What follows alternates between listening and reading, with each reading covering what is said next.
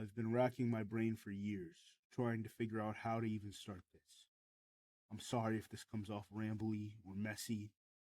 I've struggled with this for a long time, and I wouldn't even be posting this if my suspicions hadn't recently been confirmed. Maybe this belongs on a conspiracy theory subreddit instead, but I feel like it needs to be heard somewhere. If anyone knows where else I should cross post this, please don't. I just want this story to reach people. People need to know about this place. When I was 18, my brother was smooth through. For the sake of anonymity, I'll call him Jaws, and I'll call myself Jim. Yeah. We didn't grow up easy. Drunk dad, pill popping mom, classic Lifetime movie stuff. But Josh was different. From a young age, you could tell he wasn't made for the kind of life he was living. Sure, he wasn't good at school, neither was I, but he was an incredible artist. It always felt like he had a ticket out, a way to escape. If only he could cash it in. But instead, he had me, dragging behind, tied to his ankle. I was nothing. Flunked out at 16, couldn't sleep, keep a job, a loser in every sense. The only reason I didn't end up dead is because I had Josh by my side. We were attached at the hip. I was the weight, and he carried me in. I got drunk, he drove me home.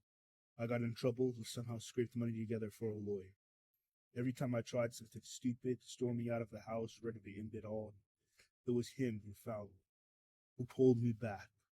Always him. But there was one night, a night that really changed my mind. I was a idiot 18-year-old and Josh was 23. We had just gotten into one of those huge blowouts with our parents. Can't even remember what it was about. Something stupid, but I was spiraling, talking about ending it. Josh, he said we should take a drive, clear my head. We drove for hours, no plan, just windows down, music up. Eventually, we ended up somewhere we didn't recognize. Not just like a wrong part of town, I mean nowhere. No street signs, no lights, no cell service. And then it was like the road just ended. But it didn't end in dirt or woods. It ended in a hill, rolling endless green hills, under a sky so perfect it almost looked fake.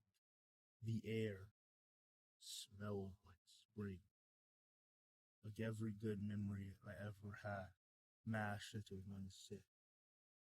I don't know how else to describe it. Josh pulled over and we just sat there. The way the light hit the hill, it felt like we needed to go up. I don't even remember getting out of the car. The next thing I know, the weird part, I wasn't sad anymore. I wasn't anxious or drunk, or scared. I felt good. Better than I ever had in my entire life. Josh, he was glowing. Literally, smiling in this way I'd never seen him smile before. Hours passed, but it didn't feel that way. The more we stayed, the less I cared about life. The world, our parents, all the bad stuff, and felt Wickham's renewals waking up. Josh didn't want that.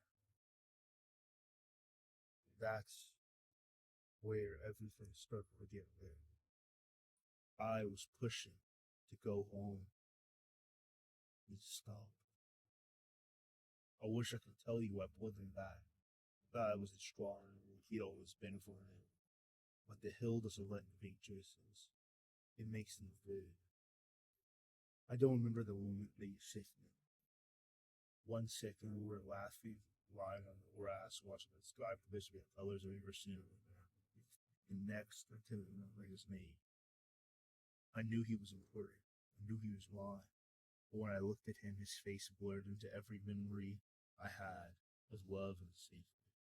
It was like the hill was rewriting, turning him into food, comfort, something I could consume.